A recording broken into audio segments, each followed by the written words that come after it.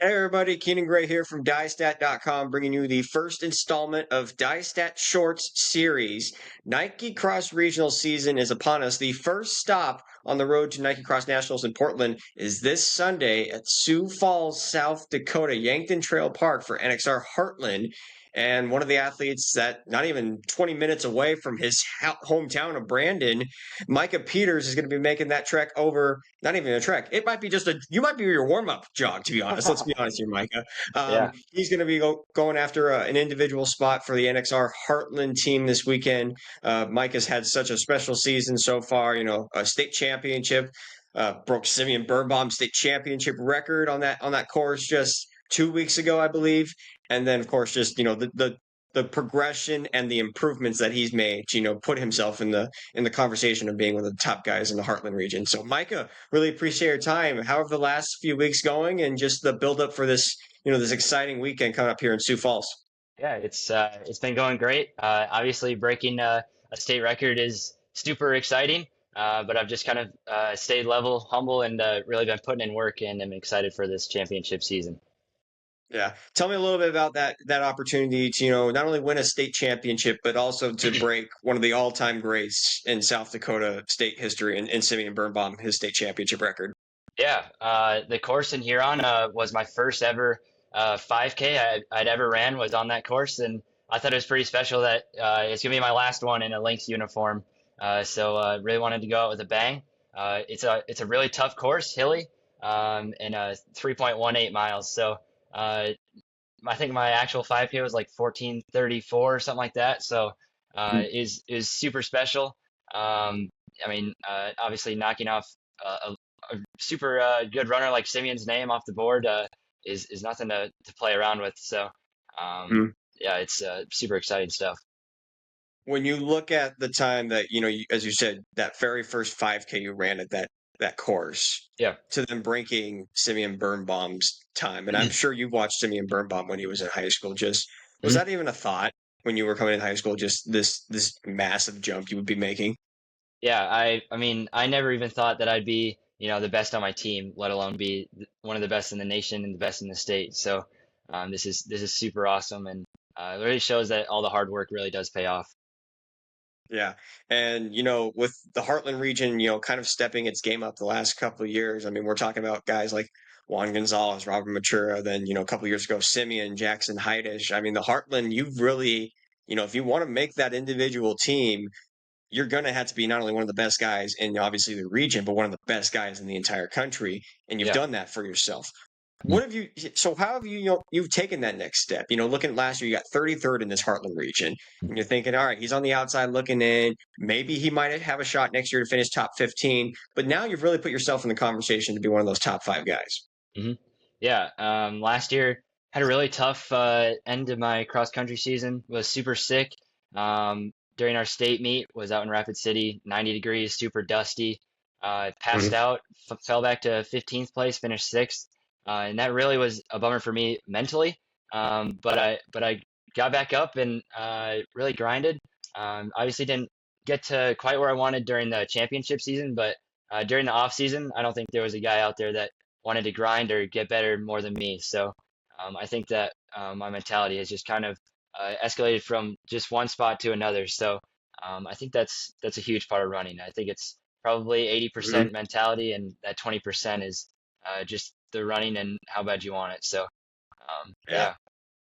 Knowing what it takes to make the individual team, do you kind of assess what the last couple of years looked like in the Heartland region in terms of, all right, this guy is doing this, or these guys are running these times to kind of set yourself up for, a really good senior season?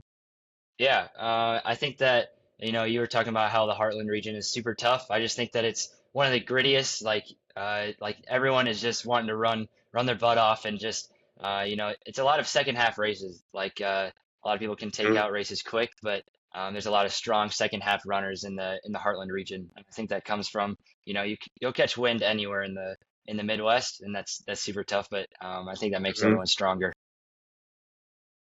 Yeah. This course in particular at Yankton Trail, one of the Mhm. flattest courses anybody will ever run in the United States, has produced some of the best moments in NXR, pass. Mhm. When you talk about the NXR Heartland region, what you mentioned grittiness, toughness. Why is it so special? What makes this region fun to watch during the NXR season? Yeah, I think that just coming to South Dakota, like usually you don't think about South Dakota running, or you just kind of like throw it away, throw it in the back seat. But I think when people come Hmm. here, you kind of see it as an opportunity. Maybe there's not a lot of people that are running that are from South Dakota, and I think that almost makes me more excited because I'm that name Hmm. that wants to make that national title for South Dakota, and I think Simeon had that same feeling. And this course is just super electric. You can be a spectator and see both sides of the course super easily. So you'll know that you'll Hmm. catch a spectator anywhere you are, and I think that helps a ton. Yeah. Being that this is in your backyard, literally, I mean, we're Hmm. talking, as I said, less than 20 minutes away from your hometown. Yeah. What does that mean for you just in terms of, is there pressure? Is there an excitement knowing that, gosh, if I do what I'm capable of, I can do this in front of all my friends and family. Yeah, I think it's pretty special. I don't feel any pressure from it. I just kind of see it as another race. I'm going out there and I'm doing what I'm kind of almost expected to do. And that's get that top five spot. But obviously doing it in front of my family and friends is going to be super fun, and I couldn't be more Mhm. excited. I want to recap your season so far because it's like I said, it's been really a special year.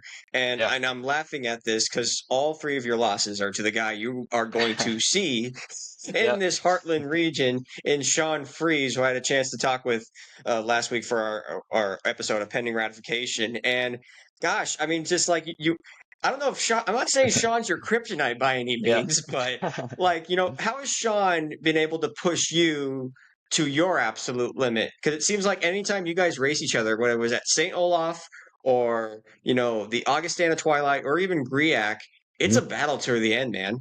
Yeah, obviously starting out with St. Olaf, that was my first race, so that was pretty tough. I never even walked the course before, so we got into like the Mhm. backwoods, and he would like turn a right corner. It was kind of like a blind side, and then we'd go straight up a hill, and he kind of surges up the hill, and I'm like, oh, I should have done that too. But and then he came to my backyard, Augie Twilight. He's just a super tactical runner. Like there's a point in the race where he just kind of like surges forward, and you got to be able to kind of like cover that. And I just don't think that I've Mhm. I've had that yet. At Roy Griak, I knew it was coming, but I woke up with the worst migraines of my life. Mhm.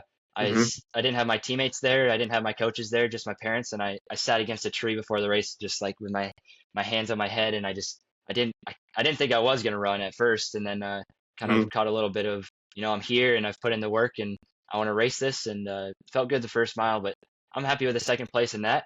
But going into NXR, I'm not going to make it easy. I've been working my tail off. Sean's obviously a super nice kid. You got the opportunity to talk to him, and every time I talk to him, he's one of the nicest people I've ever talked to. So I don't think there's like a bad sense between us. But I'd like to, obviously I don't like to lose, so we'll see Yeah. how it goes. How have you been able to evaluate those races and kind of take something away from each of those ones? Yeah, I like to see myself as a second half kind of race. At Augie Twilight, he was probably 10, 12 seconds ahead of me in the middle of the race, and then beat me by 4 seconds. So I know that second half of the race is there. Just kind of have to cover that first move to be able to, I mean, get there and get top five. Hmm. Last year, and I was in Sioux Falls for this race, and the storyline was around kind of the three-headed monster in Juan Mhm. Gonzalez, Robert Matura, and Manny Putz. And that fourth and fifth spot, it was kind of like up in the air for anybody to grab it. That's not the case this year. Those Mhm. five spots, anybody could get them Yeah. this year. If I did, I counted it the other day.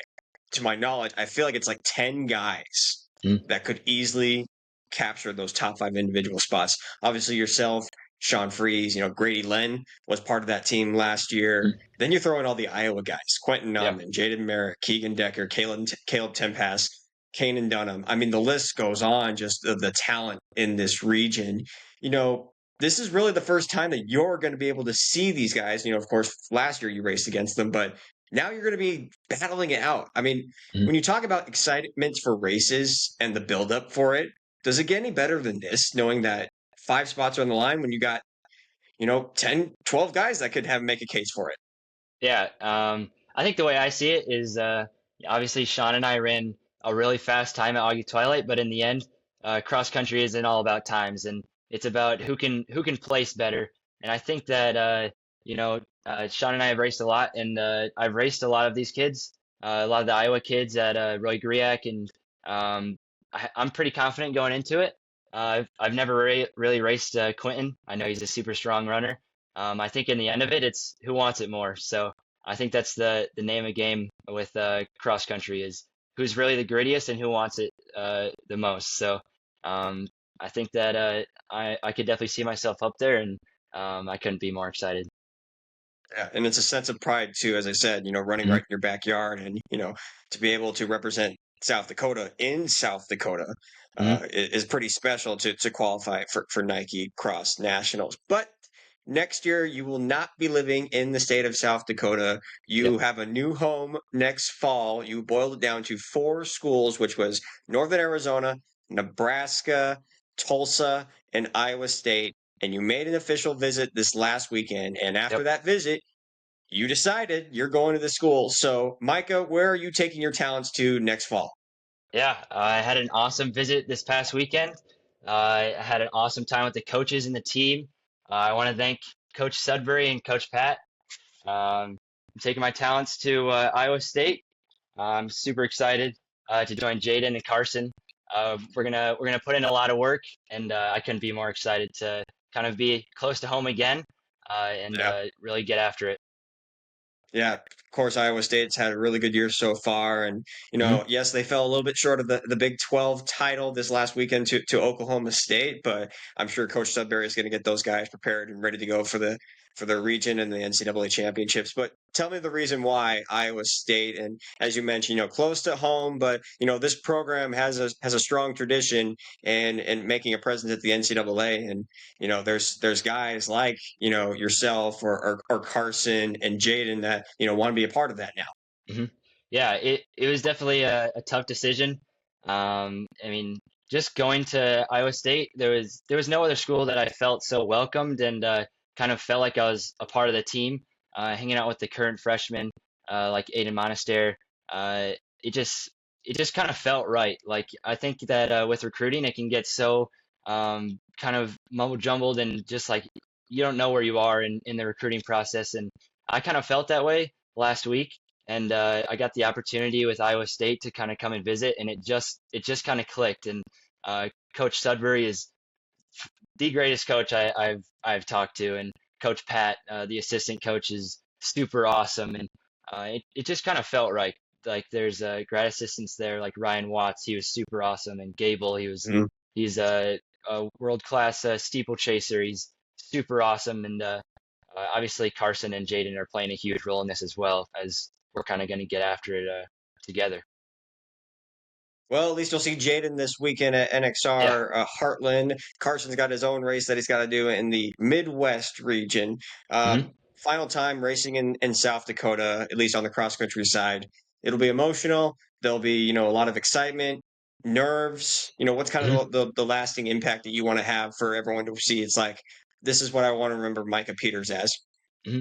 Yeah, I think a lot of people compare me to Simeon, and I do like that, but at the same time, I'm like Peters in the end of it. I wear my glasses and my crosses on my face every race, and I had people dressing up as me on a Halloween, and I think that's super awesome. I think that's the bigger picture. Like I'm not just a runner, but I think that people see me more as a good person as well. So. I think that going into this race and it being my last time in South Dakota, I want to cross the finish line with a smile on my face and hopefully a ticket to Portland. So we'll see. Yeah, the idea is to be in that top five. Hey, winning Hmm. is great too, but it's all about being in those top five individual Yeah. spots to Hmm. qualify for Nike Cross Nationals. So, Micah, really appreciate your time, man. Best of luck on Sunday. Not only are you representing Brandon Valley, you're representing an entire state that's going to Yeah. probably have your back there on Sunday in Hmm. Sioux Falls. So, best of luck on Sunday at NXR Heartland. We look forward to seeing you there in a couple days. Yeah. I appreciate it. I couldn't be more excited. Thank you.